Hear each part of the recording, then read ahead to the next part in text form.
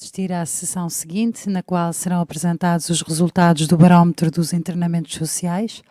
Os resultados da edição 2021 serão apresentados pelo Dr. Miguel Amado, partner da Ernst & Young, com moderação do Dr. Alexandre Lourenço, presidente da APA. Os comentários aos resultados estarão a cargo do Dr. João Araújo Correia, presidente da Sociedade Portuguesa de Medicina Interna, e da doutora Júlia Cardoso, presidente da Associação de Profissionais de Serviço Social, e também do Dr. Manuel Lemos, presidente da União Misericórdias Portuguesas. Ora, muito bom dia a todos. É um prazer estar aqui convosco. Cabe-me a difícil missão de falar a seguir ao Dr. Paulo Portas, que tão eloquentemente nos trouxe aqui uma visão bastante interessante, e eu pego talvez em dois pontos que creio que fazem uma boa ponte com o tema que iremos abordar em seguida. O primeiro tem a ver com dados e, de facto, numa era digital, a utilização dos dados em qualquer tipo de gestão e na gestão da saúde ainda mais é de importância essencial. E é um pouco disso também que iremos falar hoje, é de dados e de como é que os dados podem nos ajudar também a olhar a um tema importante como os internamentos sociais. O outro ponto que gostava também de trazer é exatamente porque não é um problema hoje em dia que esteja apenas ou com o lado hospitalar ou com alguns. É um tema que tem que ser tratado por todos e é também nesse âmbito que a UI tem o gosto e o prazer de se associar à APA, assim como à Associação de Profissionais de Serviços Sociais e também com a Sociedade Portuguesa de Medicina Interna, para olhar a este tema tão premente e que a pandemia veio também dar um elan diferente. Aquilo que vou fazer hoje e que vou-vos apresentar é um estudo que importa referir, é uma fotografia tirada a 17 de março deste ano e que compara com fotografias dos anos anteriores, sendo já esta a quinta sessão dos barómetros de internamentos sociais. E gostava, talvez, por começar por fazer um pequeno contexto, dar uma pequena contextualização exatamente desta quinta edição. Os dados, como disse, foram recolhidos a 17 de março.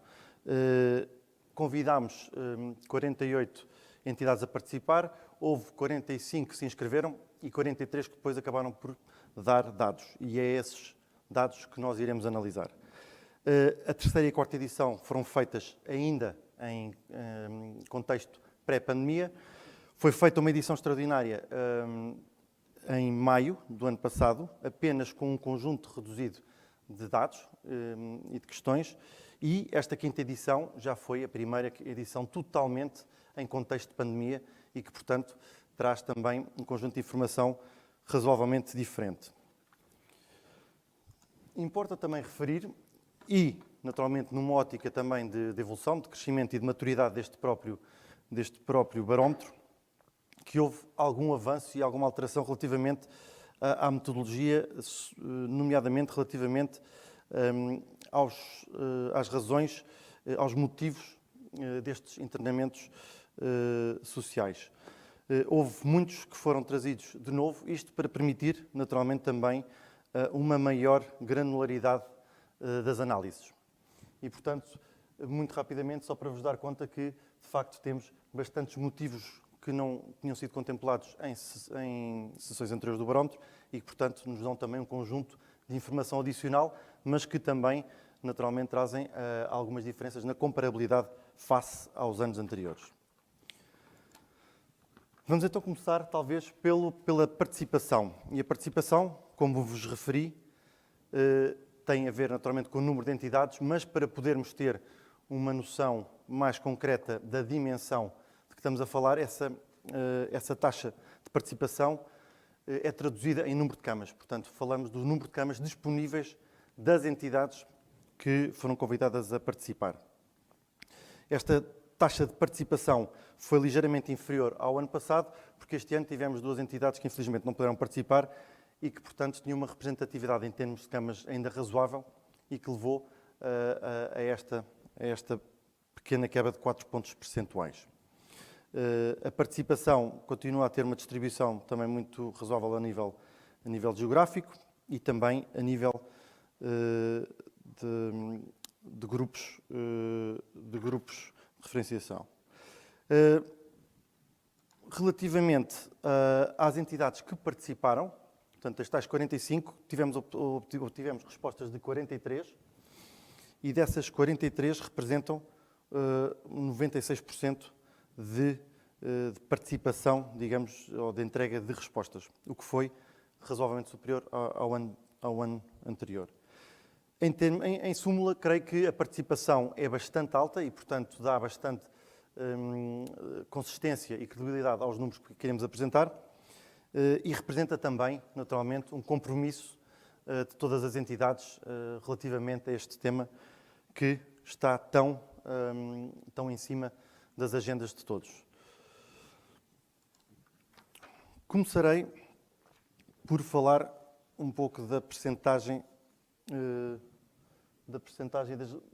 de internamentos inapropriados por distribuição geográfica e também por grupo de referência. De referir que, em termos gerais, esta percentagem, e que estamos a falar de número de camas que referi anteriormente das entidades que responderam face ao número de camas que dizem respeito a internamentos sociais, tivemos uma quebra de 3,3 percentuais face à sessão anterior e que, portanto, é uma percentagem, uma redução nessa mesma percentagem face à quarta edição. O foco, ou a incidência, continua a ser entre Lisboa e Valtejo e a região norte, que é também onde, em termos populacionais, há maior densidade e, portanto, está em linha com os anos anteriores. Relativamente ao número de internamentos, em número de episódios, à data que foi tirada a fotografia, eram 853, que diz respeito a menos 45% face à quarta edição, o que é, de facto, uma quebra bastante considerável e que diz respeito, corresponde a 5,4% dos doentes internados. A distribuição geográfica também está razoavelmente em linha com os anos anteriores e as quebras também, naturalmente, esta diminuição também é mais acentuada ou mais visível em Lisboa, Valtejo e na região norte.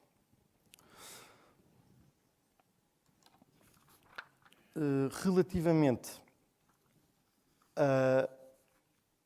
ao número de camas e ainda relativamente ao número de internamentos inapropriados, a região da Madeira tem o maior rácio entre os números de internamentos inapropriados e o número de camas disponíveis, mas isto naturalmente que tem a ver também com a tipologia e as características de cada unidade hospitalar que responde. De salientar que a região autónoma da Madeira também foi o primeiro barómetro a que respondeu e que, portanto, também não tem, naturalmente, evolução ou dados históricos, mas é de saudar que consigamos já aumentar também a extensão deste barómetro, a incidência. Relativamente ao número de dias de internamento, nós estávamos a falar em termos de número de internamentos inapropriados, os tais 853 à data de 17 de março, mas para termos uma dimensão também, o que é que isto representa em termos de dias, nós fizemos também essa medição e o número de dias tem a ver com os dias desde que é dada alta médica até à data da fotografia, portanto até dia 17 de março de 2021. O total de número de dias para aqueles 853 internamentos inapropriados são à volta de 29 mil dias, são mais concretamente 28.697 dias, o que é uma quebra bastante acentuada face também à fotografia da quarta edição.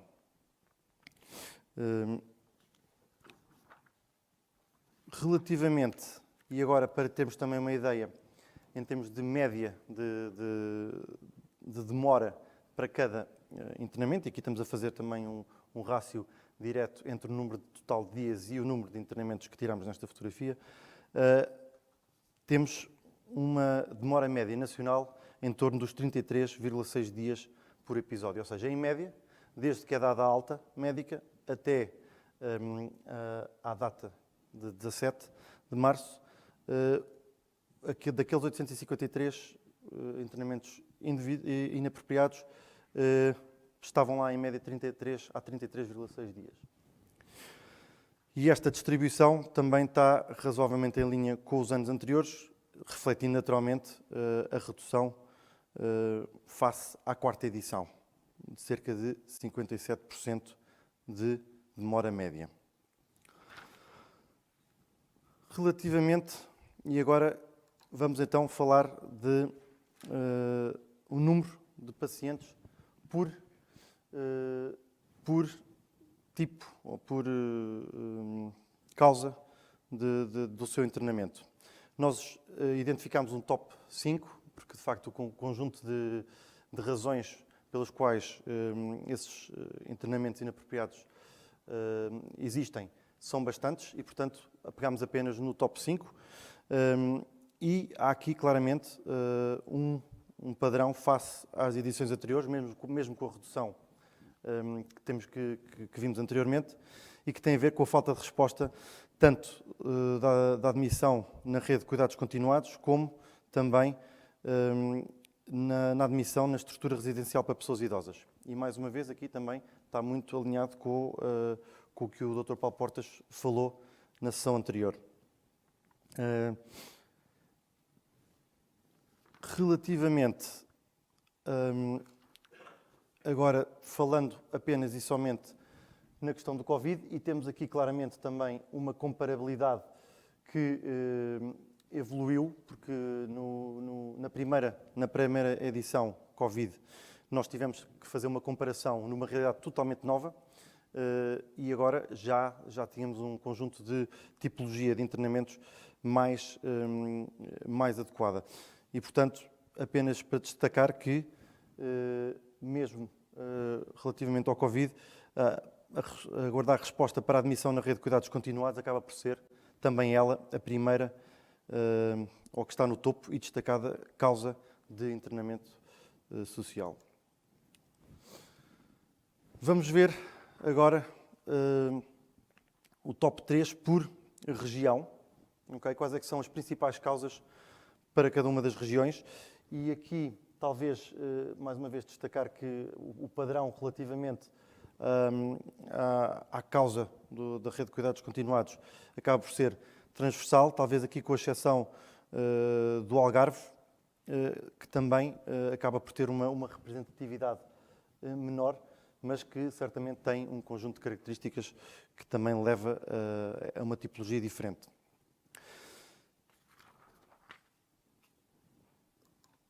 Relativamente por grupo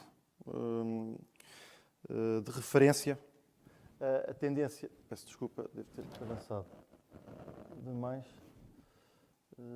Exatamente.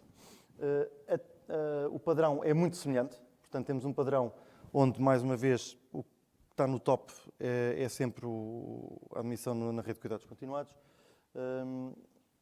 e aparecem algumas tipologias já um pouco diferentes. E temos aqui o grupo P, que tem a ver exatamente também com a psiquiatria, e é um grupo que nós tiramos em muitas das estatísticas, porque é claramente um outlier, dada a tipologia também de pacientes e de internamentos a que diz respeito.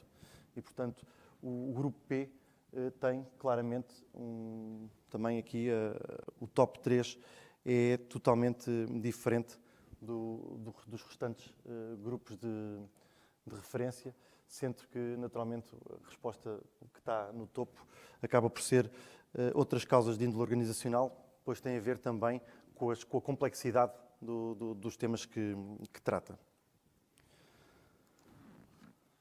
Agora sim, relativamente ao top 5, mas em termos de dias de internamento, e nós temos estado a falar sempre aqui, porque eu creio que são duas dimensões importantes de destacar, o número de internamentos e os dias, porque são duas dimensões diferentes. E aqui os dias acabam por ter uma tipologia ligeiramente diferente, aliás, bastante diferente, sendo que a diferença face às edições anteriores acaba por ser uma tipologia que é nova desde que começou só o ano passado e que tem a ver com a guarda de resposta na admissão na estrutura residencial para pessoas idosas. E aqui, o que isto difere face ao número é que, de facto, a representatividade em termos de dias aponta para esta causa como a principal. A segunda acaba por ser a que já tínhamos visto anteriormente e que tem a ver com a admissão na rede de cuidados continuados.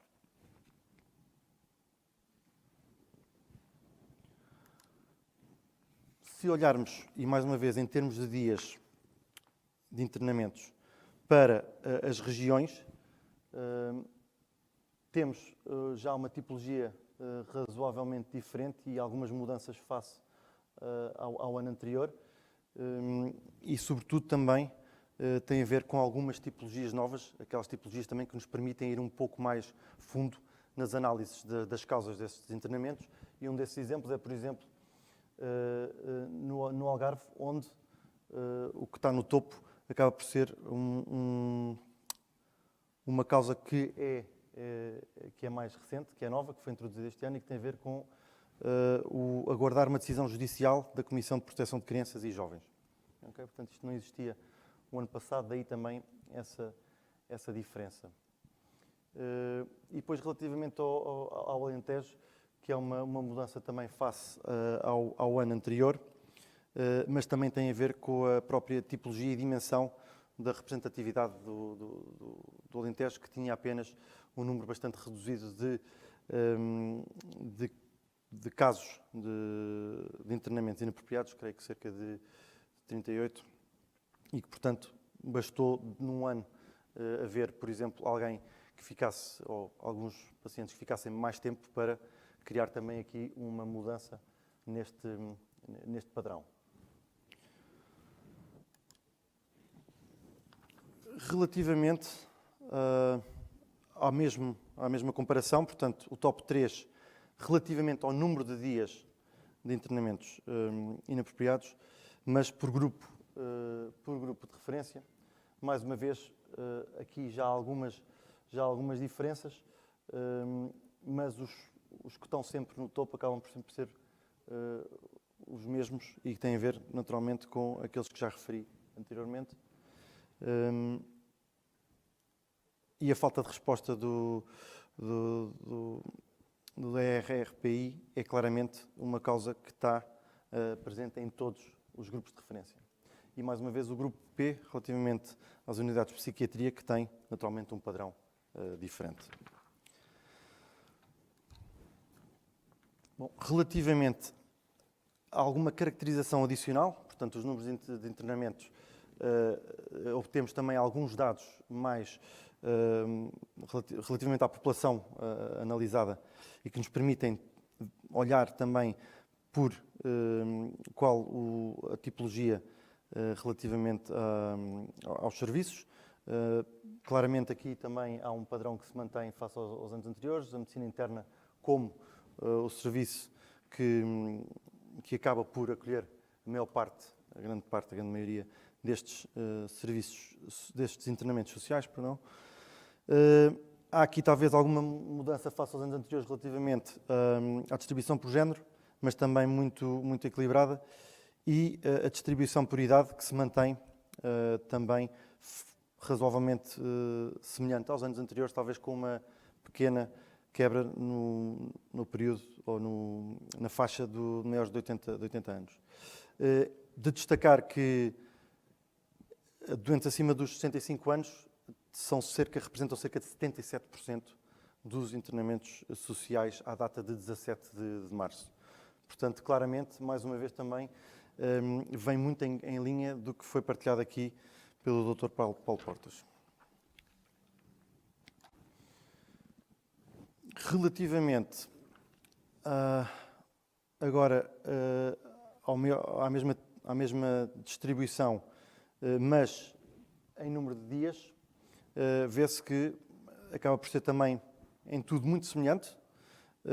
Há aqui uma diminuição na percentagem dos pacientes que têm mais de 65 anos, que passa de 77% para 52%. E também aqui, claramente, uma distribuição por género que tem vindo a diminuir a preponderância do género feminino para um equilíbrio já maior entre género feminino e masculino.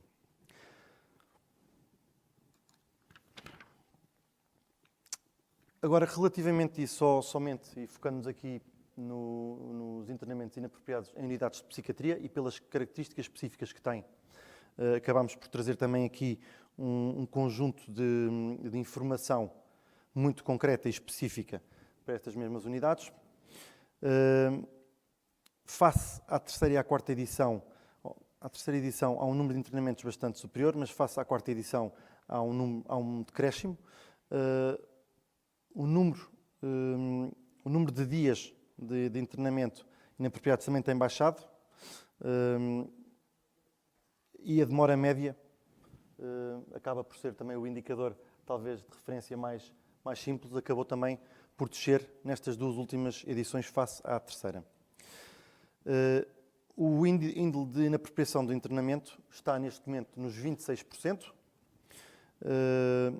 E a distribuição por idade acaba por ter um foco razoavelmente diferente dos outros, e lá está, mais uma vez, as características muito específicas também desta tipologia e deste tipo de paciente, é claramente, a grande incidência é entre os 18 e os 65 anos, onde antes era claramente acima dos 65 anos.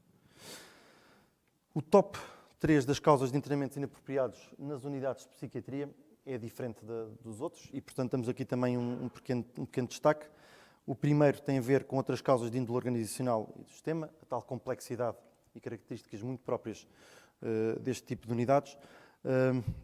22% aguarda resposta para a admissão no ERPI e também aqui uma muito específica que aguarda vaga em estrutura de saúde mental para doentes crónicos ao abrigo da circular informativa.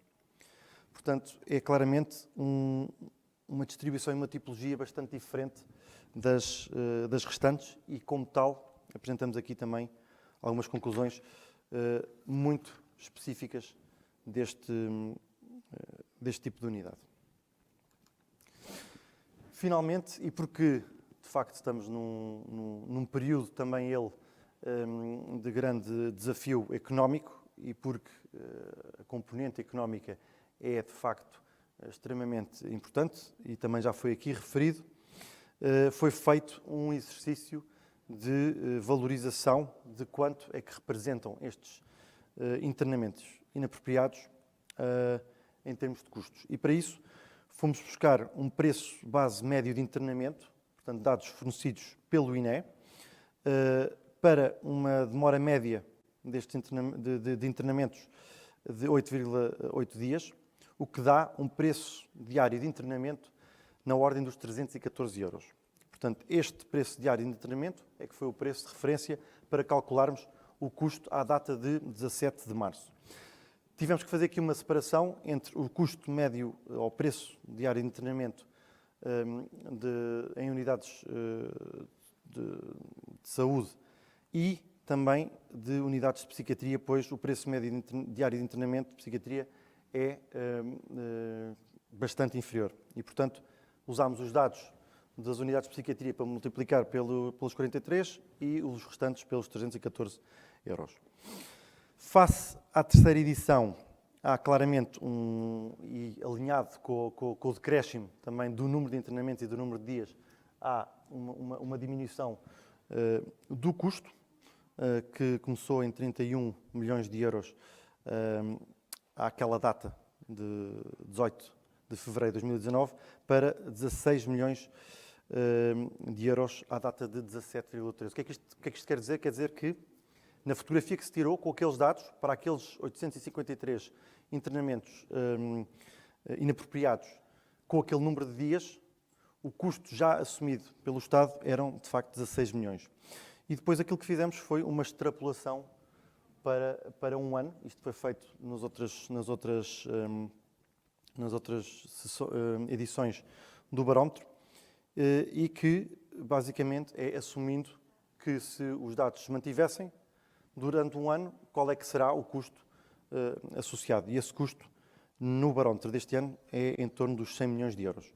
Portanto, economicamente, é de facto também ele um próprio tema, um tema que tem que ser endereçado, não só pela natureza dos internamentos inapropriados, mas também pelo que representa em termos de eficiência da própria gestão do erário público.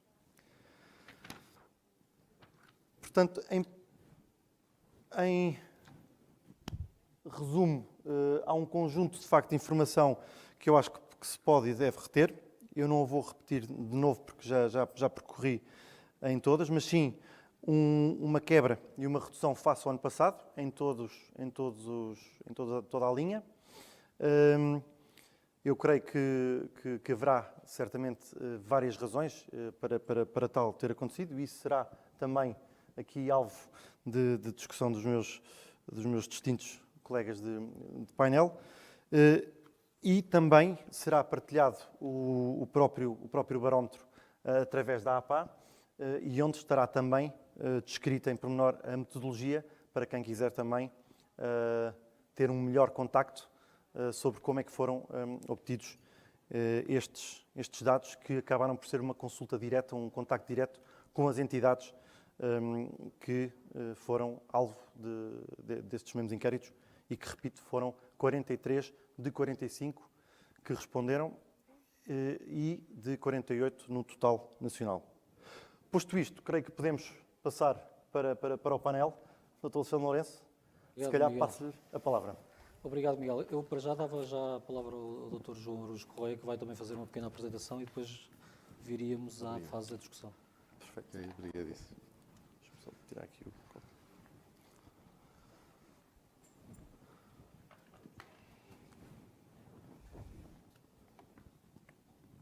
Podiam pôr o primeiro slide?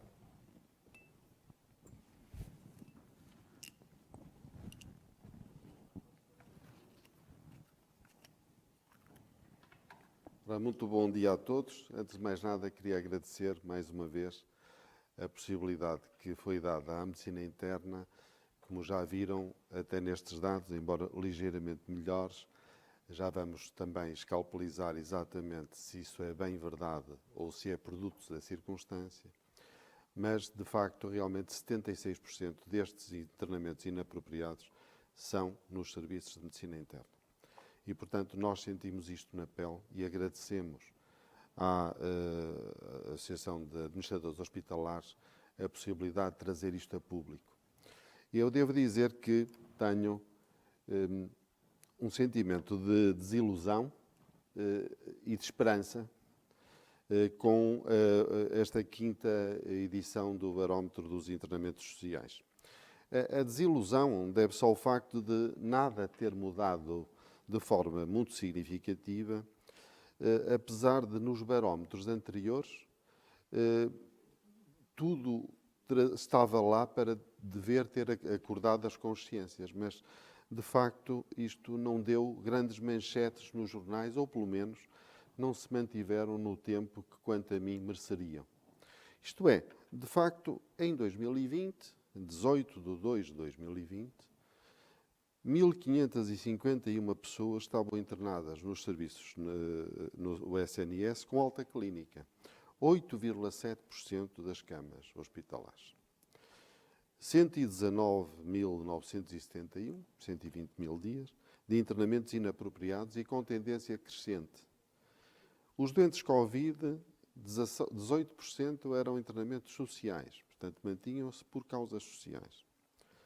Os episódios sociais estão mais alocados à região norte, 73%, seguindo-se Lisboa e Val do Tejo, 15%, e o centro, 8%. Há uma grande assimetria no país.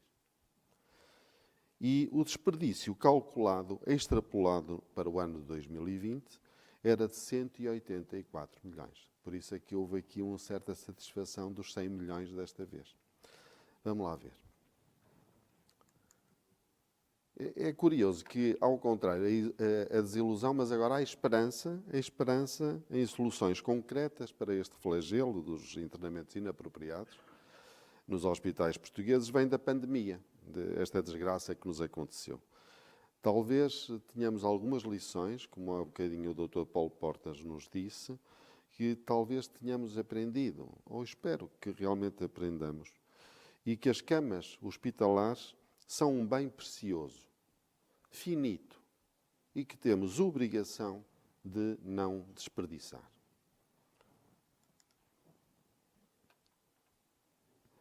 A política de redução das camas hospitalares seguida nos últimos anos levou a que Portugal tivesse hoje, antes da pandemia, não sei se há dados posteriores a isso, 339,3 camas por 100 mil habitantes, enquanto que a média dos 27 países da União Europeia era de 541 e na Alemanha era de 800.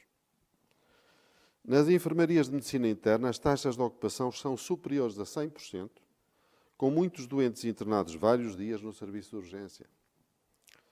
Só a sorte de termos tido um crescimento gradual dos internamentos e, fundamentalmente, de não termos grandes internamentos hospitalares na área cirúrgica, possibilitou a transferência de doentes e que o sistema não entrasse, de facto, em ruptura. Ficamos a pensar onde iremos encontrar o espaço físico para internar os doentes médicos, não Covid, quando houver a retoma da atividade cirúrgica. A verdade é que temos de concluir pela necessidade de um aumento significativo das camas hospitalares, mesmo sem pandemia, porque a evolução demográfica e a polipatologia aumentam significativamente a demora média do internamento.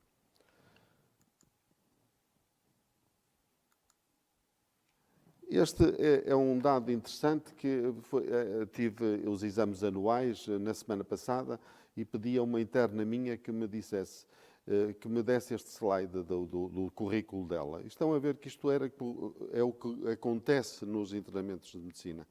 Isto é, aqueles 27% e os 20% são os que estão a aguardar vaga e os casos sociais a aguardar lar. 47% dos meus internamentos prolongados é isto. O resto é evidente que são coisas que são imutáveis. Há intercorrências infecciosas, há tratamentos mais prolongados, as pessoas são mais idosas. Mas 47% eram doentes que não deviam lá estar, de facto. Por causa de nós termos um problema concreto, isto é, nós estamos com a APA nos internamentos sociais de uma maneira geral, mas queremos ver outra coisa, como nós também queremos ver.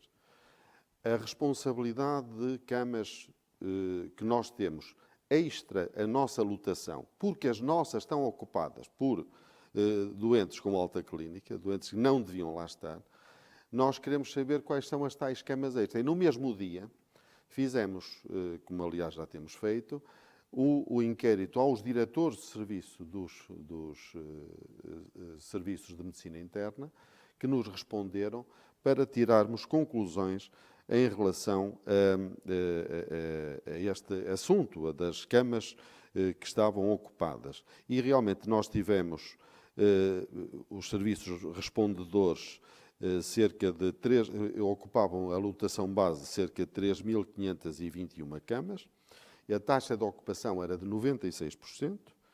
A lotação das enfermarias Covid desses serviços, portanto, que eram a lotação base 920, tinha uma taxa de ocupação de 50%. Nesta altura nós estamos na fase de efervescência da pandemia, 17/3.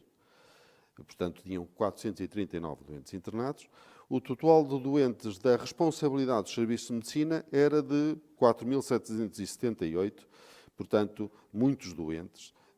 Eu chamava a atenção deste número, que eu acho que é terrível se nós pensarmos que é um familiar nosso que estão. São 920 doentes internados. Isso não são doentes são doentes internados nos serviços de urgência que permaneciam internados. Porquê? Porque, lá está, as áreas cirúrgicas estavam ocupadas com Covid, que é onde normalmente nós temos as nossas camas extra, e tiveram que ficar na urgência. Não é? Portanto, é esta a situação que realmente nós tínhamos nesta data.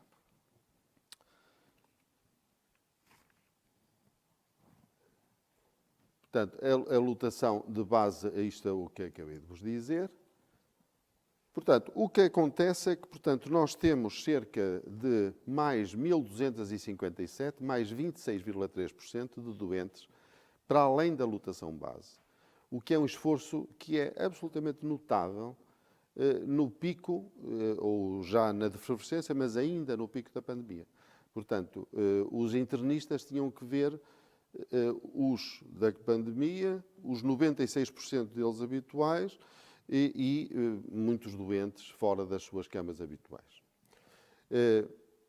E apesar da pandemia ter reduzido os recursos ao serviço de urgência, que foi outra das coisas que muitas vezes nós pensamos que isso pode ser terrível em termos de futuro próximo da saúde, dos doentes que vêm mais tarde, mas de facto eles não vieram ao serviço de urgência e foi o que realmente fez, apesar de tudo, que aqueles múltiplos doentes que permaneciam internados lá não parecesse que realmente aquilo estava em maré de guerra, mas estava quase, não é? Portanto, se nós tivéssemos a mesma afluência aos serviços de urgência que tínhamos habitualmente, que ela caiu abaixo dos 50%, muitas vezes até bem abaixo disso, nós, nessa altura, não tínhamos onde pôr estes doentes. Aqui também vemos que, nos serviços de medicina, o que realmente nós vemos é um bocadinho diferente em relação à população em geral. Portanto, enquanto que realmente nós tínhamos, no total, cerca de 5, qualquer coisa por cento, não era, doutor? Das camas que estavam com internamentos inapropriados, mas das nossas camas são 14,09% que estavam ocupadas com doentes à espera de colocação na rede, nos cuidados paliativos ou nos lares. E isto é, outra vez, a situação de brutal assimetria entre as regiões. Eu não queria aqui, por razões óbvias, mesmo porque não fico nada bem na fotografia do meu hospital, de referir cada um deles, mas mesmo dentro da mesma região há situações terríveis e que têm que ser olhadas de uma maneira, porque há hospitais que não têm soluções.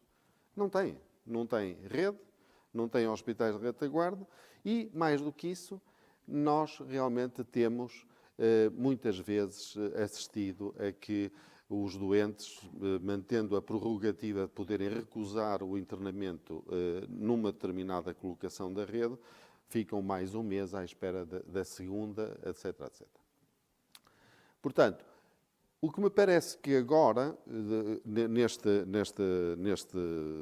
barómetro, temos que olhar estes números com algum cuidado, porque, de facto, assistiu-se a uma limpeza das listas de espera para o lar e para a rede, mas fundamentalmente para os lares, nos meses de pico que ocorreram em novembro e dezembro. Quando estamos a falar em 17 de março, estamos na fase já da melhoria, em que realmente as coisas os números já deixavam os hospitais mais descansados. E, infelizmente, desde o início de fevereiro, eu vejo isso no meu hospital, e, portanto, este inquérito também demonstra isso, de que a redução destes números agora já estão outra vez em crescendo. E, portanto, de facto, não mudou muita coisa. E quais são os problemas, isto é que eu queria que a doutora Júlia visse, quais são os problemas que nós temos reais da rede? Por exemplo, na região norte, o doente tem que manter internamento hospitalar para manter a referenciação. Nas regiões, por exemplo, no sul, sei que não é assim, acho que no centro também não é, não sei, o doutor Alexandre me dirá, mas o doente pode ir para casa, a família pode levar o doente para casa e em casa ele fica à espera da referenciação e não perde a referenciação. Isto é absolutamente crucial e eu sinceramente continuo a não entender como é que no mesmo país, até tão pequenino, pode ter lógicas tão diferentes, porque isto são meses de internamento. Uma família que sabe que vai ter a sua referenciação e que não perde por isso, está disponível para levar o doente para casa. Agora, se souber que perde a referenciação, é evidente que enquanto não for colocado, não sai dali. Depois, outro dos aspectos, que isso já não sei como é nas outras regiões, sei na minha região, muitos doentes que são colocados na rede são reinternados por descompensações simplicíssimas. o que coloca sérias dúvidas da adequação dos cuidados prestados. Portanto, o doente que tem uma descompensação mínima, tosse 3 vezes, vem outra vez para a urgência do hospital. Portanto, algo não está de acordo com o nível de cuidados necessários para aqueles doentes. E, de facto, a grande assimetria do país leva a que eu considero, de certo modo, algo hipócrita, que se mantenha politicamente e olimpicamente aquela posição de que a família pode recusar até, acho que até 2 vezes, ou coisa que o valha à colocação em determinado local, se considerar que não é de acordo com a sua. Portanto, porque realmente nós temos tais assimetrias que às vezes a possibilidade é só uma. E, portanto, a gente que arranja uma colocação um bocadinho mais longe e a família continua a dizer que não, e nós continuamos a ficar com o doente. Portanto, estas são coisas que realmente não são iguais nos países e que eu acho que são resolúveis. É uma questão de se querer resolver. E nos lares? Nos lares há claramente um desajustamento abissal entre o valor da reforma e o custo do lar. Portanto, de onde significa de que a esmagadora maioria das pessoas idosas não tem qualquer capacidade económica para ir para um lar privado, porque os lares privados não custam isso nem pouco mais ou menos. Os lares da Segurança Social são completamente insuficientes em relação às necessidades. E a miséria em muitos lares, e isso é que a mim como médico me perturba muito, faz com que a magra reforma do velho, da pessoa idosa, seja parte do orçamento familiar. E muitas vezes ocorrem desistências do lar após meses de espera, porque o hospital é o único sítio sem custos. E, portanto, faz falta aquela magra de reforma dos 300 euros e, nessa altura, aqui o levam para casa porque não podem perder isso. O lar é, de facto, um hospital, como no sentido inglês das coisas. E, portanto, tem que haver, e há bocadinho o Dr. Paulo Portas, não sendo médico, percebe-se perfeitamente onde está. Os lares têm que ter uma cobertura de saúde porque têm lá gente doente. Não têm só pessoas idosas a precisarem de casa. Aquilo é, de facto, uma espécie de hospital e tem que ter cuidados de saúde médicos e de enfermagem. Portanto, assim, o estudo sobre os doentes internados com alta clínica e as camas extra no Serviço de Medicina, que incidiu no dia 17 de março, reflete uma realidade que está em mutação, em que a pandemia estava já em fase de desaceleração. A percentagem de ocupação das áreas não Covid, 96%, demonstra que a medicina interna continua a cuidar de um número semelhante dos doentes habituais. Os serviços de medicina interna tinham uma responsabilidade de cuidar mais 26,3% para além da sua lotação base.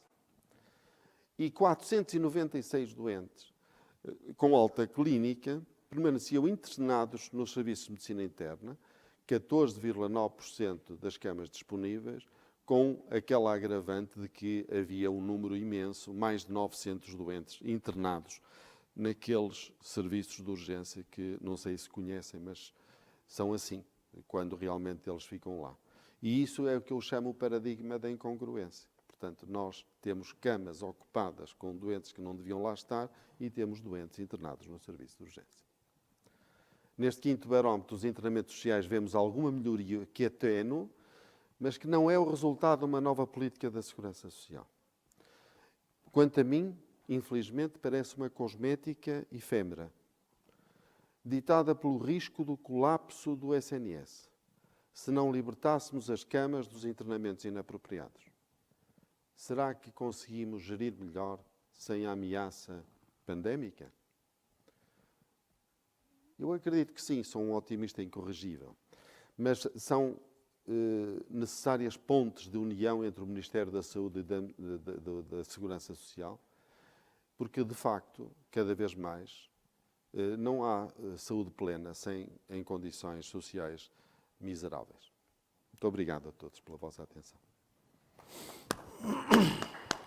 Muito obrigado, Dr. João Araújo Correia. Eu, entretanto, sei que o Dr. Manuel de Lemos, da União das Misericórdias Portuguesas, está-nos a acompanhar remotamente. pedia para o ouvirmos e deixava-lhe já dois reptos, para além do comentário geral. Um é sobre esta questão que o Dr. João Araújo Correia mencionou, que é das limitações atualmente que existem em termos de recursos humanos da Rede Nacional de Cuidados Continuados Integrados e que têm existido alertas de vários prestadores. Se concorda com isso, nomeadamente na incapacidade para contratar profissionais de saúde, especificamente até enfermeiros, e até dos valores que atualmente são pagos para suprir estas necessidades. E depois, por outro lado, tentar perceber qual é que é a sua opinião sobre o que temos vindo a discutir. Eu ainda esta semana também tive uma discussão com o professor António Tavares da Santa Casa da Misericórdia do Porto, numa discussão amena, que é esta discussão clara entre termos políticas conjuntas entre a componente da ação social do Ministério da Segurança Social e as políticas de saúde para fazer face a estes desafios que temos tido tantas dificuldades em resolver. Dava-lhe a palavra. E muito obrigado pela sua disponibilidade. Muito bom dia a todos, é um prazer enorme estar a participar na vossa convenção. Eu queria, no Dr. Alexandre Lourenço, cumprimentar todos os administradores hospitalares, agradecer-lhes o trabalho magnífico que fizeram ao longo desta pandemia e dizer-vos que pena eu tenho de não estar aí, porque essa conversa leva-nos muito longe. A primeira questão que eu gostava de dizer, e talvez informar, porque nem o primeiro orador nem o segundo referiram isso, é que no dia 13 de novembro do ano passado, por proposta já anterior da União das Misericórdias e da CNIS, nós celebramos um protocolo com o Estado português para acolher nos nossos hospitais, nas camas que temos fora dos acordos com a Segurança Social, doentes das altas clínicas dos hospitais, deixem-me dizer. E isso, senhores doutores, é que explica essa diminuição que tiveram. Porque hoje de manhã eu criei uma task force dentro da União das Misericórdias e perguntei hoje de manhã qual era o número de pessoas que nós tínhamos colocado desde 13 de novembro até à semana passada e andava pelos tais 800 pessoas que o primeiro orador referiu. E como sei que a CNIS também acolheu alguns, portanto, lá estamos na tal situação que referem. Portanto, esta situação. E porquê é que isto só acontece agora? Só acontece agora por uma razão muito simples, meus caros amigos. O Estado não quer pagar. Tão simples como isso. Então, quando o Estado nos disse que nos pagava 1.175 euros por nós acolhermos numa vaga privada, privada, acolhíamos por 1.175 euros, que é menos que os 4 dias que o Dr. Darraciang referiu. O Estado fez um acordo connosco e nós estamos a receber por essa vaga 1.175 euros. Estamos vagas privadas, que não privado pagaria, um privado, pagaria muito mais caro. Muito mais caro. Portanto, mas a nossa questão foi a consciência que nós tínhamos que o Serviço Nacional de Saúde os serviços portugueses estavam numa dificuldade muito grande. Muito, muito grande. Mas nós também temos muita gente nessa situação na Rede Nacional de Cuidados Continuados. E a Rede Nacional de Cuidados Continuados é outra conversa triste. Porquê? Porque quando o professor Correia de Campos, que todos admiramos imenso, e por quem temos uma enorme consideração, contratou uma empresa espanhola chamada Zesa World para fazer um diagnóstico de Portugal.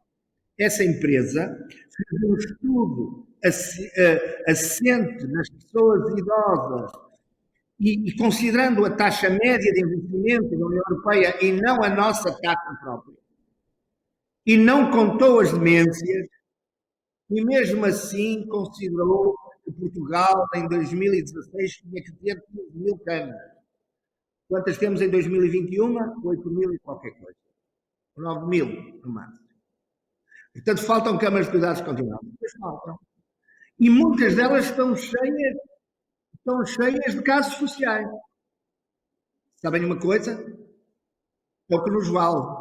Porque o Estado nunca mais acertou valores e se não houver, eu diria, tendo a União das Misericórdias e a CNI juntas cerca de 74% dessa rede, que mais de 50% das unidades estão em falência técnica porque o Estado nunca acertou os valores. E, portanto, corremos no risco, no ano 2021 e 2022, se o Estado não corrigir valores, fecharem unidades em categoria. Eu sei que no PRR, e muito bem, e saúde o Governo por isso, estão lá a necessidade de construir 5.000 câmaras de cuidados continuados e o Estado até paga o investimento. Mas, meus amigos, é a mesma coisa que fazermos uma piscina e não termos dinheiro para encher de água. Porque o que custa não é o investimento, o que custa é a exploração. E nós não podemos ter isso. É que, por acaso, eu almocei anteontem com o Dr. António Tavares, ele contou uma conversa que eu tinha tido consigo, meramente para cá, e é que estamos. E depois vamos ver o que é que é outro caso muito interessante. Portanto, as unidades de cuidados continuados também têm muitos casos sociais. Muitos. Repito, é o que nos vale. Bom, a rede pública precisa ser aumentada, pois precisa, mas só o pode fazer se o quiser fazer por si própria, vai ter que pagar. Se quiser fazer com os parceiros tradicionais do setor, que estão aqui há centenas de anos a colaborar com ele, tem que pagar justamente. Eu vou dar uma ideia para perceber. O custo das respostas sociais em que o Estado, pela voz de um primeiro-ministro chamado António Guterres, comprometeu-se com as instituições a pagar, no mínimo, 50% do custo da resposta social. Se fosse lar, fosse cuidados continuados, fosse paciência, fosse o que fosse. Saúde mental, pronto. Era 50%, no mínimo, e desejavelmente 60%. Por um estudo da Universidade Católica relativo aos valores, coordenado pelo professor Américo Mendes, do Polo do Norte da Faculdade de Economia, em 2018, isto é, antes da pandemia, o Estado pagava 38%. Portanto, e acresce aqui um problema final que vou explicar ao Dr. Alexandre, que é assim, Portugal não tem ligado nada aos seus velhos. Nada. O próprio SNS, eu estava lá, eu era jovem quando foi formado, também há 40 anos, foi feito para as pessoas daquela época. Naquela época em Portugal não havia velho. Não havia. O próprio SNS tem que olhar, como fizeram outros países, para uma população que é muito idosa, que tem muitas doenças crónicas, que tem muitos problemas. Eu estou a jogar, peço desculpa da minha linguagem pouco técnica, muitas doenças do foro neurodegenerativo. E, portanto, é preciso também, com calma, com serenidade, mas com rapidez, depressa sem ser à pressa, olharmos para este sistema todo e pormos, o Sr. na parte final foi perfeito quando falou na necessidade de articulação entre o Ministério da Saúde e o Ministério da Segurança Social. E dos parceiros que estão no terreno. E dos profissionais do setor público, como os administradores hospitalares, que também estão no terreno. Não é fazer isto nos gabinetes, mas depois torná-la para o terreno. Por isso eu queria felicitar muito a APARRE por este estudo, dizer-lhes que este caminho tem que ser perseguido. A União das Misericórdias já propôs ao Ministério da Segurança Social que considerasse esta resposta como uma nova resposta social estruturada, com uma articulação entre os hospitais e o setor todo. estabelecermos aqui uma forma de libertar os hospitais de casos como estes. E quero-vos dizer que no final de um ano, nós próprios estamos a preparar um relatório e do que temos encontrado, porque, de facto, é muito bom, e também o Sr. referiu isso, é muito bom ter o seu idoso no hospital. Sabe para onde é que vai a reforma, Sr. Vai para casa. E se ele for para o lar, sabe para onde vai a reforma? Vai para o lar. Então aparecem logo lá a família. Sabe para quê? Para tirar o idoso do lar social e a pôr muitas vezes num lar ilegal. E depois, quando a situação se complica, como o Sr. falou, onde é que para? Logo a seguir, na urgência do hospital. E por isso o doutor tem lá as camas cheias nos serviços de urgência. Agora, é preciso percebermos porque é que isto acontece. Conversarmos sobre isto. Percebermos que, por exemplo, a tal falta de enfermeiros, o Estado no meio da pandemia, onde é que foi buscar os enfermeiros? À Rede Nacional de Cuidados Continuados. Ficamos no interior do país, a razia de enfermeiros foi total. Portanto, não tinha outra solução. Se calhar não tinha. Portanto, temos que. Não estamos aqui para dizer que há culpados, não é nada disso. É só para constatar. É só para conversarmos. É só para nos situarmos, sentarmos a uma mesa e percebermos o que é que está mal e conseguirmos, se calhar com grandes poupanças de dinheiro, fazer melhor e, sobretudo, assegurarmos uma coisa que é fundamental num país europeu, da Unidade Europeia, no ano 2021, que é assegurar a dignidade e a cidadania das pessoas, ainda que elas tenham muitos anos. Muito obrigado, Dr. Alexandre. Muito obrigado. Muito obrigado, Dr. Manuel de Lemos, pelo seu contributo. Nós vamos continuar aqui a discussão aqui na nossa conferência e Eu vou agradeço estar aqui mais um imensamente. bocadinho. Muito obrigado. Doutora Júlia Cardoso, é a primeira vez que a Associação dos Profissionais de Segurança Social se junta a este barómetro. Eu agradeço-lhe imenso essa vossa disponibilidade e dava-lhe agora também um momento para fazer um comentário geral a uma área em que trabalha profundamente, tal como todos os seus colegas. Muito obrigada, muito bom dia. A minha associação, obviamente, é que está grata também por esta oportunidade, por também juntarmos a nossa voz à vossa na análise deste, que é um problema, efetivamente, na nossa sociedade e, portanto, é com todo o gosto que aqui estou e cumprimento aqui também os meus colegas. Aproveito também para felicitar não só a APAP pela realização de mais uma edição do Barómetro, mas também a Ernst & Young, também pelo trabalho que fez. Eu tenho aqui algumas notas. Há bocadinho estava a dizer ao Dr. João Araújo Correia que tenho umas notinhas mesmo escritinhas à mão e tudo, só com alguns pontos que considero importantes, que é para não me perder aqui na nossa conversa. Alguns dos aspectos que aqui trago até já foram aqui também abordados e será certamente muito interessante até trocarmos impressões sobre isso. Nem todos temos a mesma, certamente, perspectiva sobre o problema, mas certamente temos a mesma preocupação em o resolver. Mas eu penso que nos completamos todos uns aos outros.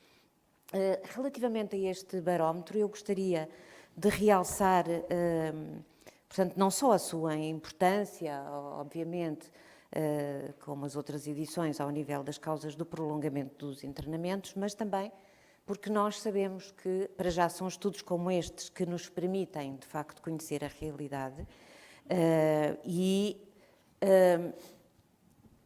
até termos elementos que venham comprovar algumas inverdades ou alguns juízos de valor, algumas percepções que não são verdadeiras, que muitas vezes se tem, digamos até que pode ser o senso comum. Eu diria que uma delas, porque sou muito sensível a isso, desculpem-me este comentário, uma delas é a do abandono familiar. O barómetro comprova que essa não é uma causa considerável. Não quer dizer que não exista uma situação ou outra, mas, na verdade, muitas vezes nós ouvimos dizer que as pessoas idosas são abandonadas nos hospitais pelas famílias. Não é verdade, está aqui comprovado. Agora, temos é que perceber quais são as condições das famílias para apoiarem os seus doentes, e nós sabemos que são, sobretudo, doentes mais velhos, ou doentes, não sendo ainda velhos, considerados velhos, são doentes com algumas incapacidades por causa das suas doenças até crónicas, não é? Portanto, eu queria chamar a atenção para esse aspecto. Portanto, é interessante nós valorizarmos também os estudos exatamente por isso, porque cientificamente estamos aqui a comprovar que aquilo que é o senso comum tem que ser alterado, não é? Também gostaria de vos felicitar pela introdução de uma maior variedade em termos de causas e até, portanto, especificando melhor algumas delas. Foi com o vosso apoio, diga-se de passagem. Está bem, mas vocês já tinham aquilo orientado também. Obviamente que, nesse aspecto, nós temos até a responsabilidade também, porque lidamos com o problema no dia-a-dia, de perceber, já ter uma ideia do que são as causas principais que estão na origem destes prolongamentos. Eu realço, por exemplo, a introdução portanto, é nova esta categoria de análise, que é a da reorganização familiar. Como é que muitas vezes o prolongamento está relacionado com a espera para que a família se reorganize, não é? E nessa reorganização, às vezes, também vamos dar àquela questão que o Soutor há bocadinho falava, do espera por lugar na rede, não espera, espera em casa, enfim. Essa também é matéria interessante também, é porque às vezes a família de facto não tem condições para ter a pessoa em casa. Precisamos de também ter políticas que permitam apoiar essa reorganização familiar.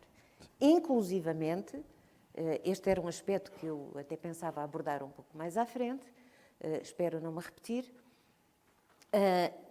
nas alternativas aos lares, que agora se chamam ERPs, ou à rede, a alternativa do apoio domiciliário é uma alternativa que tem que ser explorada, claro, muitíssimo.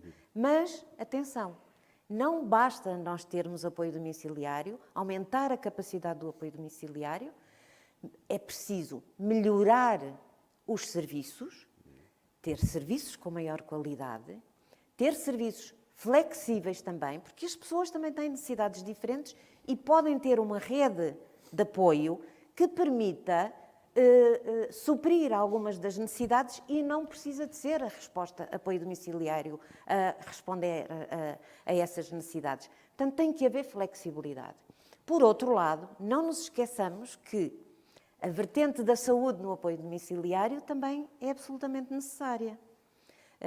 Obviamente com também diferenças relativamente às situações, que estamos a falar de situações muito diversas. E isso obriga a que os próprios cuidados de saúde primários também estejam organizados de outra forma, respondam de uma outra forma. A questão da proximidade é muito importante. Não é o hospital, embora nós tenhamos agora a experiência muito interessante, que nós temos que valorizar, da hospitalização domiciliária, mas estamos a falar de um outro tipo de resposta que não requer cuidados de saúde com a intensidade que certamente serão os de uma hospitalização domiciliária, mas requerem também acompanhamento em saúde. E, portanto, são os cuidados de saúde primários que têm que estar organizados relativamente a isso. Mas há outro tipo de políticas públicas que são necessárias para conseguirmos manter as pessoas em casa com qualidade de vida. São, por exemplo, políticas em termos do conforto habitacional, da melhoria das condições habitacionais. Há pessoas que não têm condições habitacionais adequadas a permanecerem em casa e a terem um apoio em casa. porque isso também requer determinadas condições, ao nível de circuitos, ao nível de conforto até térmico, como nós sabemos. Agora tem-se falado muito no conforto térmico, mas as questões do conforto habitacional não estão apenas reduzidas ao conforto térmico. Há muitas outras questões. Aliás, isso leva-nos efetivamente para um ponto que é a problemática dos internamentos prolongados, inapropriados, sociais, como queiramos chamar-lhe, estar intrinsecamente ligada também àquilo que é o envelhecimento da nossa população e ao aumento das demências também, não é?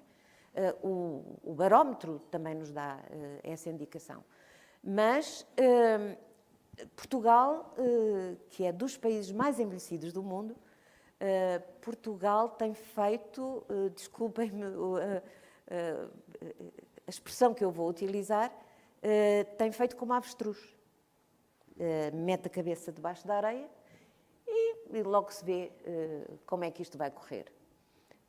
E isso tem sido extremamente negativo para o nosso país, para a qualidade de vida das pessoas que precisam de um apoio com qualidade e, sobretudo, para as pessoas idosas, muito idosas, algumas já com demências, muitas a viverem sozinhas. Essa é uma realidade que nós também não podemos esquecer, é que nós temos uma percentagem muito elevada de pessoas idosas que vivem sozinhas. Podem não viver isoladas, mas essa também é uma questão que falta avaliar. Dos que vivem sós, onde é que está o isolamento? Existe ou não existe? Porque a pessoa pode viver sozinha e não estar em situação de isolamento, como sabemos. Mas essas situações têm que ser devidamente analisadas. Agora, na verdade, o Estado português tem feito, como eu dizia, como avestruz, tem escondido a cabeça na areia. Os sucessivos governos têm olhado para este problema de uma forma, desculpem-me o termo também, negligente, do meu ponto de vista. Não temos respostas em termos de estruturas residenciais suficientes para as necessidades. Não temos camas na Rede Nacional de Cuidados Continuados suficientes. A questão dos cuidados continuados em saúde mental, então, ainda mais grave é, como nós também todos sabemos. E as respostas sociais que existem, que permitam a manutenção da pessoa idosa no seu meio habitual de vida, também são insuficientes ou algumas delas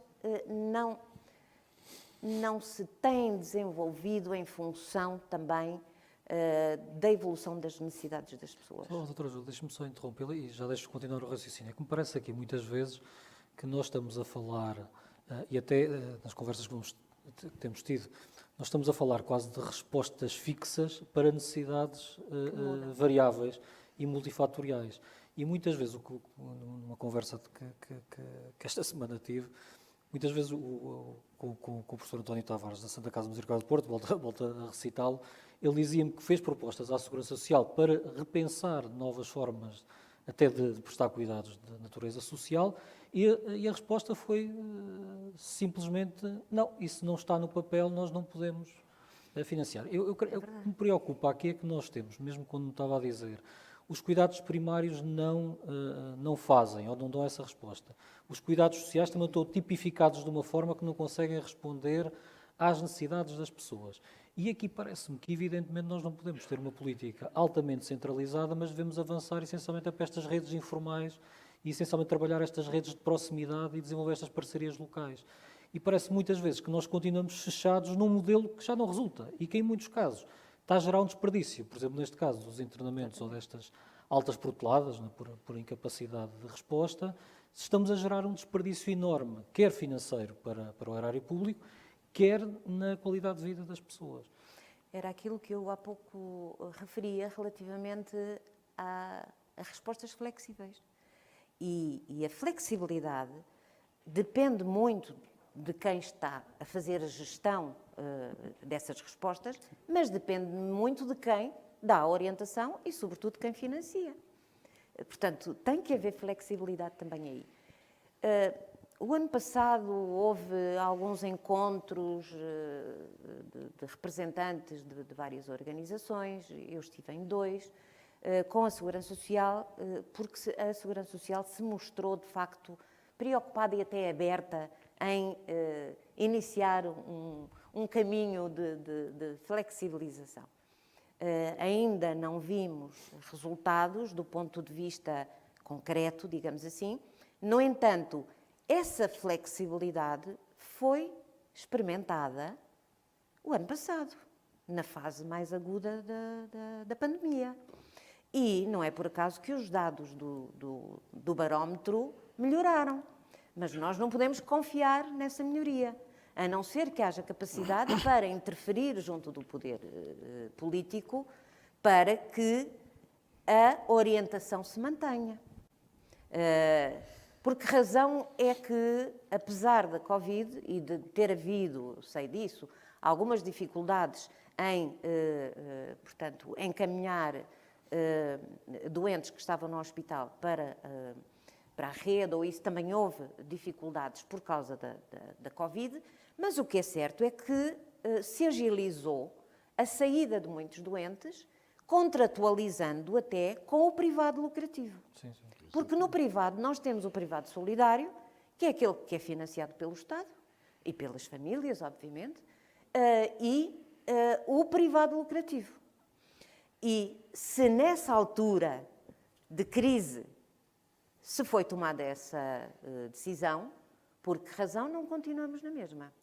É que não só nós poderíamos contribuir para resolver o problema dos internamentos inapropriados, como também estaríamos a promover a dignidade das pessoas e a dar um apoio às famílias e a tentar contrariar também aquilo que é um grave problema no nosso país, que é dos lares clandestinos. É que não nos podemos esquecer que uma boa parte das famílias, eu quando digo famílias estou-me a referir ao próprio, ao seu apoio familiar, que muitas vezes é aí que se consegue algum financiamento, pese embora há bocadinho os senhores tenham feito aquela referência. Eu penso que não se pode generalizar essa questão de tirarem os pais do lar porque a reforma faz falta. Não quer dizer que isso não aconteça, mas isso são casos que eu diria que são isolados. E temos que pensar que isso tem sempre na raiz, na base, aquilo que é carência da família. Claro. E, portanto, é preciso atuar nessa situação de carência. Estava a ouvi-la e parece-me aqui que muitas vezes é evidente que existiu aqui um esforço para resolver um sintoma. E parece-me que todas estas altas porteladas são sintomas de uma rede que não está a funcionar. Ou seja, um conjunto de oferta de políticas públicas que não funciona e que, evidentemente, na área hospitalar vai-nos aparecer em épocas de maior frio nas urgências, que depois vão e que ficou sobrecarregadas, essencialmente porque nós também não temos capacidade de transferir doentes que já estão no internamento, mas essencialmente estamos a falar de uma situação que os hospitais são apanhados aqui em fim de linha e que depois não têm capacidade para transferir porque não existe resposta. Mas parece-me sempre que mesmo a resposta Covid foi uma resposta para responder a este sintoma imediato. A verdade é que nós não estamos a resolver o problema na raiz.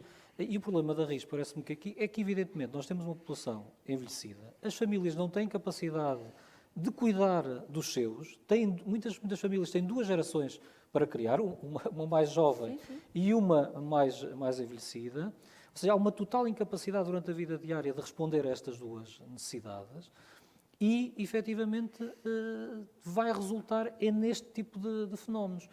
E parece-me que aqui, mesmo estas questões das respostas domiciliárias, apoios às famílias, essas políticas públicas deviam ser centradas em evitar que estas pessoas fossem sequer necessidade de serem internadas. E essa discussão é que não está a ser feita, Exatamente. parece.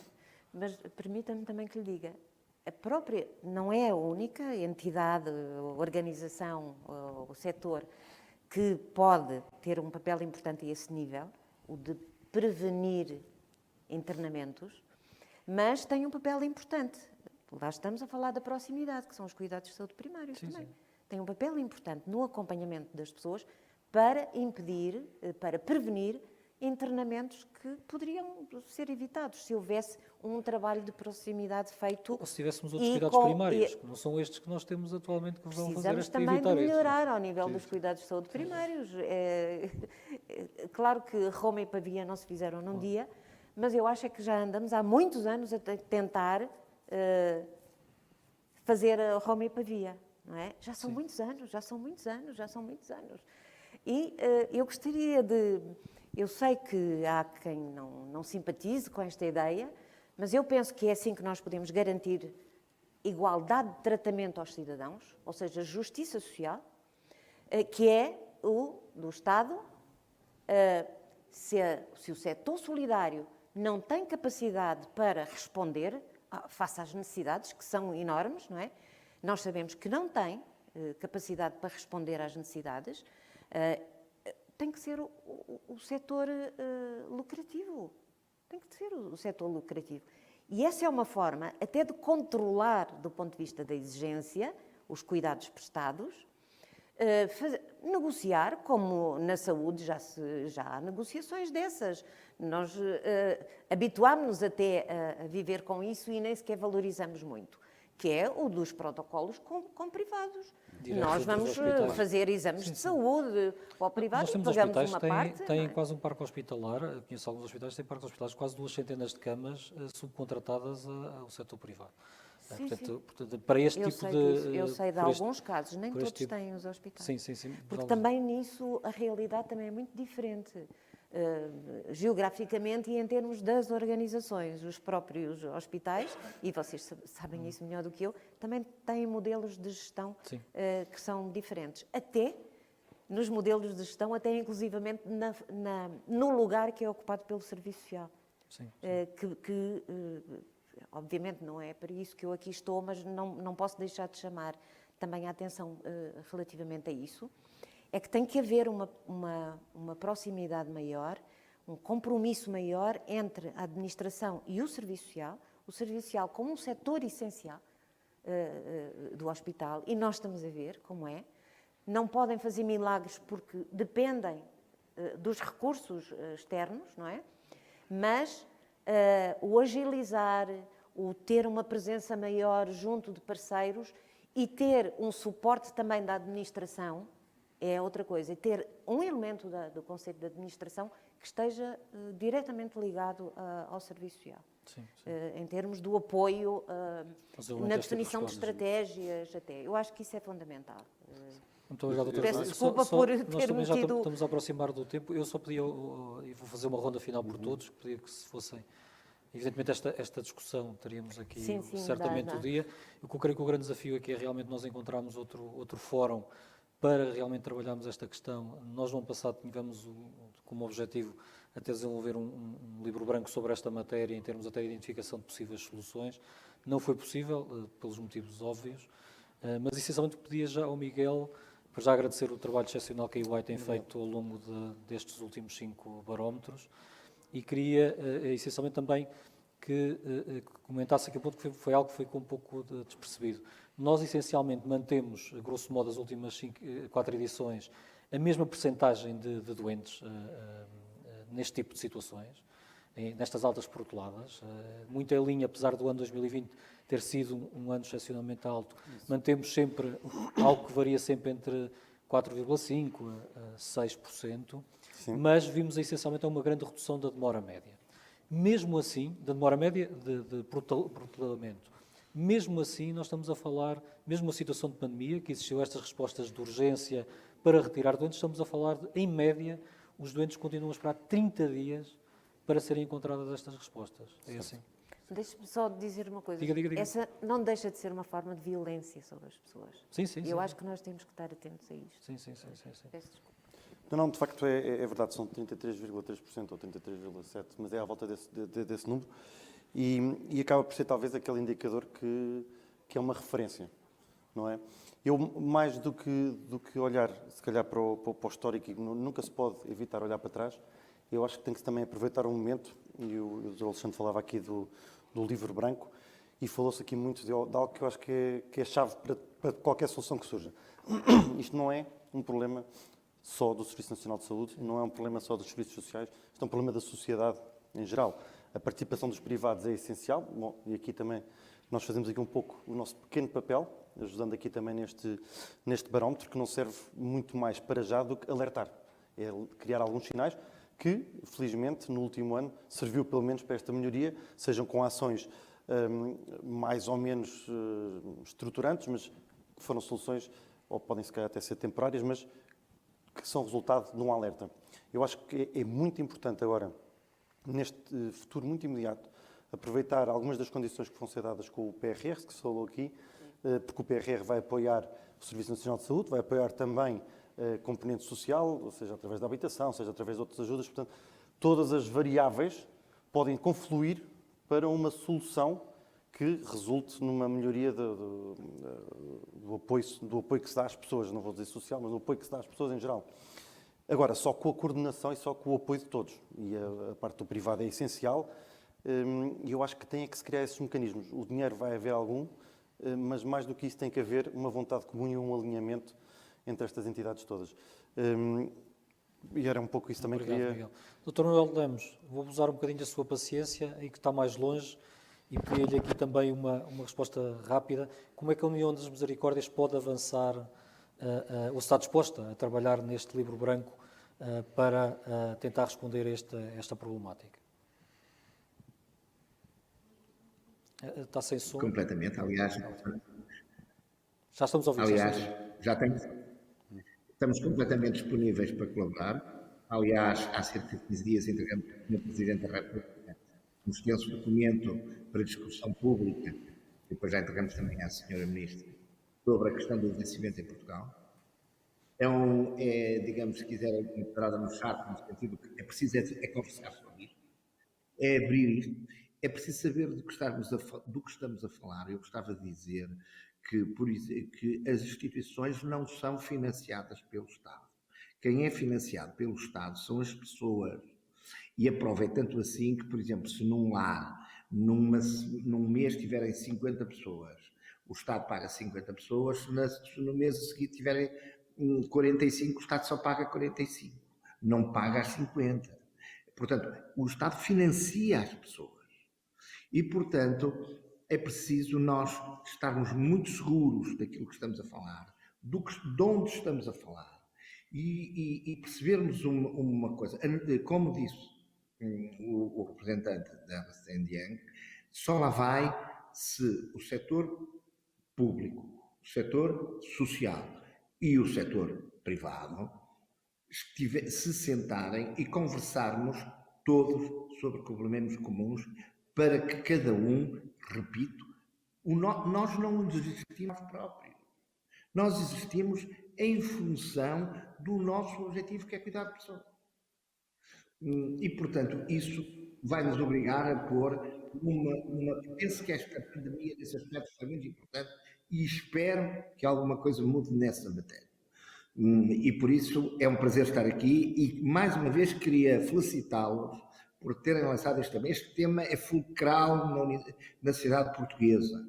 A sociedade portuguesa é um dos 3 países mais idosos da União Europeia, é dos 13 países o que mais envelhece, o que envelhece mais depressa, e isso vai ter consequências. Eu até costumo brincar, até no tempo dos semáforos, que os semáforos estão verdes, vermelhos ou amarelos. Portanto, nós temos uma sociedade que está a mudar e temos que tentar acompanhá-la com serenidade, mas com os olhos abertos para a realidade. Muito obrigado, foi um prazer enorme estar aqui convosco.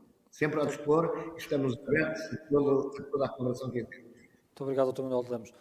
Dr. João Aruz Correia, ainda hoje, esta semana, estava a ler o relatório do Aging Working Group, que é um grupo da Comissão Europeia que faz as projeções em termos de envelhecimento, mas também de custos para long-term care, para cuidados de longa duração e para o sistema de pensões, e os dados para Portugal são perfeitamente assustadores. Ou seja, nós ainda hoje estamos a viver quase no momento inicial da questão do envelhecimento. Como é que nós, nos hospitais, vamos viver, e particularmente os serviços de medicina interna, se não tivermos respostas adequadas, quer a montante, quer a jusante? Sem dúvida nenhuma de que realmente primeiro temos que ver, e eu realmente começava só por dizer que eu gostava muito de acreditar que esta melhoria do 5º barómetro foi de alguma coisa estrutural. E realmente estou convencido que não é. Há alguma melhoria na resposta, por exemplo, da rede. A rede responde muito mais rapidamente, apesar de tudo, do que respondia antes. A colocação em lar é meramente episódica, foi uma resposta à epidemia, a ter que se fazer alguma coisa, mas infelizmente nada é estruturado e, portanto, o tsunami está aí a vir outra vez. Não é? Portanto, e vamos ficar absolutamente na mesma. Respondendo só à sua pergunta, eu, para mim, tenho perfeitamente claro duas coisas. As coisas mais importantes para fazer, para darmos um salto na saúde em Portugal, são fundamentalmente duas. Uma é a comunicação absoluta, completa, entre os hospitais e os centros de saúde. Portanto, esta comunicação tem que ser absolutamente lisa. O doente que entra e que é internado por qualquer coisa tem que imediatamente ter a ligação com o seu centro de saúde e com o seu médico de medicina geral familiar. O médico de medicina geral familiar, se vê o seu doente, tem que ter o telefone, tem que ter alguém da medicina interna, que será o mais fácil, dentro do hospital para contactar sem entrar pelo funil da urgência. Esta entrada de todos os doentes pelo funil da urgência é uma coisa desgraçada e é uma coisa que temos de ter a consciência que é uma coisa portuguesa. É uma coisa, infelizmente, nossa. E isso realmente temos que acabar com isso. A outra coisa é o hospital tem que ser aberto. Isto é evidente que quando eu estava a dizer que a tal questão do apoio domiciliário, eu não estava a pôr de fora a medicina geral familiar, pelo contrário. Aquilo que acontece é que nós temos dois tipos de doentes com polipatologia, não é? Mas fundamentalmente temos o doente que é o doente crónico, e o doente crónico, por definição, é o doente da medicina geral familiar. Portanto, tem que haver, digamos, uma ligação próxima ao utente com o seu médico de medicina geral familiar e apoio no domicílio, mas 5% dos doentes idosos são os chamados doentes crónicos complexos. São os doentes que estão sempre a vir ao serviço de urgência, que estão sempre a ser reinternados, que têm... Isto está perfeitamente estudado em qualquer lado. E essa situação tem que ter duas respostas dos hospitais. Por um lado, tem que ter consultas abertas das patologias que são epidémicas, insuficiência cardíaca, doença respiratória, e, portanto, o doente pode ir a essa consulta para fazer uma terapêutica quando descompensa, não é no dia marcado à hora X. Nós não podemos ter esse tipo digamos, de caminhos para esse doente. Esse doente não precisa disso, esse doente precisa de ir quando está mal, não é? Que não pode ser de outra maneira. Isso é uma das coisas fundamentais. E outra, evoluir a hospitalização domiciliar, como os países da Europa já evoluíram, que nesses doentes crónicos complexos, que precisam de médicos, digamos, com um skill diferente, porque são doentes complexos, vão à casa dos doentes tratá-los, não propriamente no sentido de lhes dar uma alta, mas são doentes que têm que ser seguidos. E o que está aprovado, por exemplo, no caso das demências, que é um dos maiores problemas em Portugal, é que esses doentes ficam autónomos e muitíssimo mais tempo do que sendo institucionalizados, por melhor que seja o sítio onde os colocam. Não é?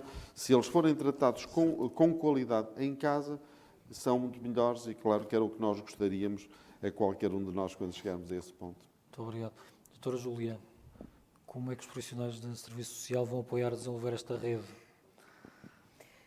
Nós somos... Que também não podem ser só hospitalares, não é? Nós somos uma categoria profissional, entre outras, e, portanto, faremos a nossa parte, e estamos a fazer, mas, obviamente, nós não somos ninguém sem os outros. E nós temos é que trabalhar todos em conjunto. Assim como o Ministério da Saúde e o da Segurança Social têm que trabalhar em conjunto, ter uma estratégia conjunta, portanto, definir formas de trabalho articulado, também nós, não só dentro das nossas organizações, em equipa multidisciplinar, também temos que procurar as melhores soluções, como nós temos que trabalhar com a rede, as diversas redes, diria eu, não é? E nós sabemos que para esta problemática dos internamentos inapropriados, prolongados, a parte da proximidade e da rede de proximidade, seja formal ou informal, é extremamente importante. E o próprio hospital também tem que ter condições para trabalhar com essa rede, que pode fazê-lo de forma direta, com algumas organizações da rede, como pode fazê-lo através da sua relação e da comunicação com os cuidados de saúde primários. Mas tem que haver, do meu ponto de vista, entre o hospital e os cuidados de saúde primários, tem que haver mais comunicação, tem que haver mais trabalho conjunto. Muito obrigado, doutora Júlia. Nós vamos fazer um esforço no próximo, até à realização do 6º barómetro, para o próximo ano, essencialmente também, e que temos isso planeado, é trazer experiências europeias que já tentaram atalhar este problema. Temos a experiência escocesa, e acho que já tivemos um evento com a Sociedade Portuguesa de Medicina Interna, há um par de anos, e evidentemente também temos modelos holandeses, temos agora modelos alemães, franceses, que começaram a tentar resolver isto para começarmos a tirar ideias para realmente mostrarmos que é possível fazer, porque muitas vezes parece que estamos a falar no âmbito do sonho e nós temos de trazer estas evidências para a nossa realidade.